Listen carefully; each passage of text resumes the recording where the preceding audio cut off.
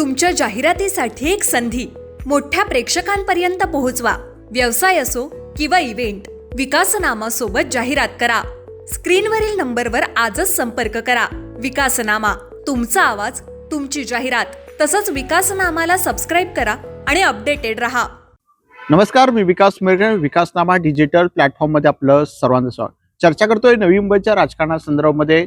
आज राज्याचे वनमंत्री गणेश नाईक यांचा जनता दरबार जो आहे तो भरला होता वाशीमध्ये विष्णुदास भावे नाट्य सभागृहामध्ये। या सभागृहामध्ये गणेश नाईक सिडकोचे अधिकारी असतील, नवी मुंबई महानगरपालिकेच्या प्रशासनासंदर्भामध्ये ज्या प्रकारे कारवाई व्हायला पाहिजे, लोकांचे प्रश्न सोडवायला पाहिजे, तशा प्रकारची कुठलीही कारवाई जी आहे सिडको असेल, नवी मुंबई महापालिकेच्या प्रशासनाकडून होताना दिसून येत नाही। त्यामुळे नको त्या गोष्टींचा उद्योग जे आहेत नवी मुंबई महानगरपालिकेच्या अधिकारी करताना दिसून येत आहे। अशाच प्रकारे नवी मुंबई महानगरपालिकेचे अधिकारी असलेले नगररचनाचे सोमनाथ केकान यांच्यावर जो आहे वनमंत्री गणेश नाईकांनी चांगला निशाणा साधलेला दिसून येतोय। मी सोमनाथ केकान यांचा बँड वाजेल अशा प्रकारची रोखठोक भूमिका गणेश नाईकांनी घेतली दिसून येते। सोमनाथ केकान यांच्या कारभारावर अनेकदा वनमंत्री गणेश नाईकांनी नाराजी सुद्धा व्यक्त केली।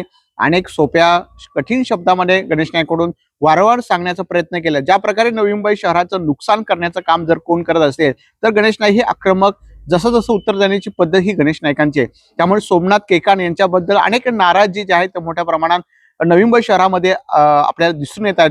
या दिवसात गणेश नाईकांनी सोमनाथ केकान यांच्या कर्जतच्या नेरळ या सभेमध्ये समाचार घेतला होता। अशाच प्रकारे नको त्या गोष्टींना परवानग्या दिल्या जातात, नको त्या गोष्टी उद्योग केले जात आहेत आणि अशा प्रकारे बांधकाम परवानग्या असतील किंवा फायर ब्रिगेडच्या असतील, नको त्या किंवा जिथं गरज नाही अशा लोक परवानग्या देतात किंवा ज्या गरजेनुसार आवश्यकता आहे त्या ठिकाणी देणं आवश्यक आहे, मात्र सरसकट कुणाच्या तरी म्हणण्यानुसार हे परवानग्या दिल्या जात आहेत। त्यामुळे केकांना सांगा अशा प्रकारचा धमकी जी आहे गणेश नाईकांनी दिलेली आहे।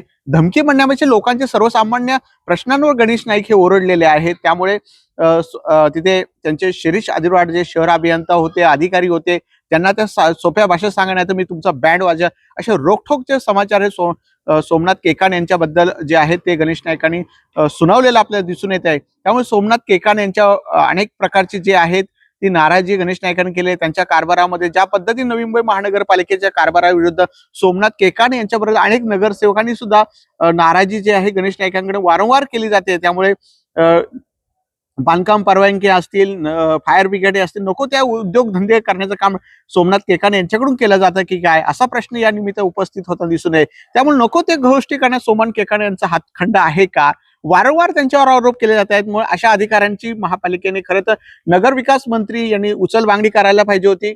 असे अधिकारी महानगरपालिकेमध्ये कसे ठेवतात, त्यामुळे हा सगळा प्रश्न आहे। गणेश नाईकांनी या अधिकाऱ्याची उचलबांगडी तातडीने केली पाहिजे।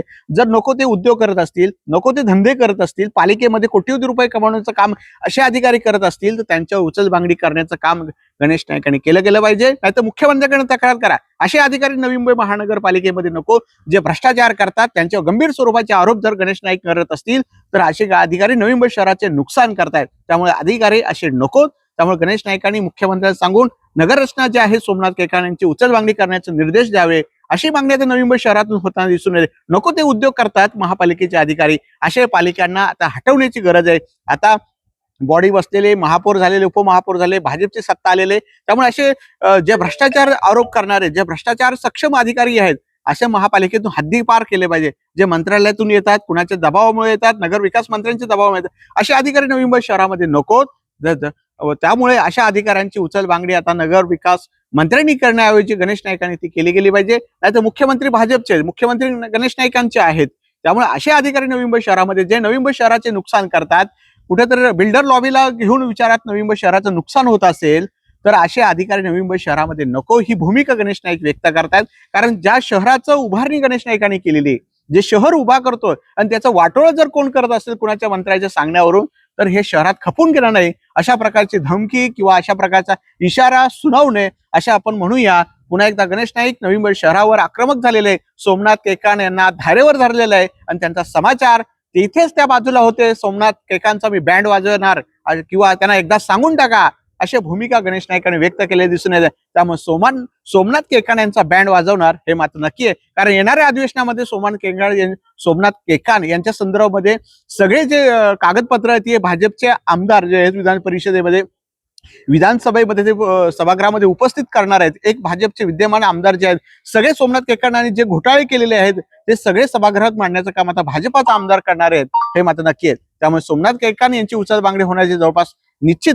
आता भाजपा करणार का, गणेश नाईक करणार का, हाच महत्वाचा मुद्दा आहे. धन्यवाद. तुमच्या जाहिरातीसाठी एक संधी मोठ्या प्रेक्षकांपर्यंत पोहोचवा. व्यवसाय असो किंवा इव्हेंट, विकासनामा सोबत जाहिरात करा. स्क्रीनवरील नंबरवर आजच संपर्क करा. विकासनामा, तुमचा आवाज, तुमची जाहिरात. तसंच विकासनामाला सबस्क्राईब करा आणि अपडेटेड रहा.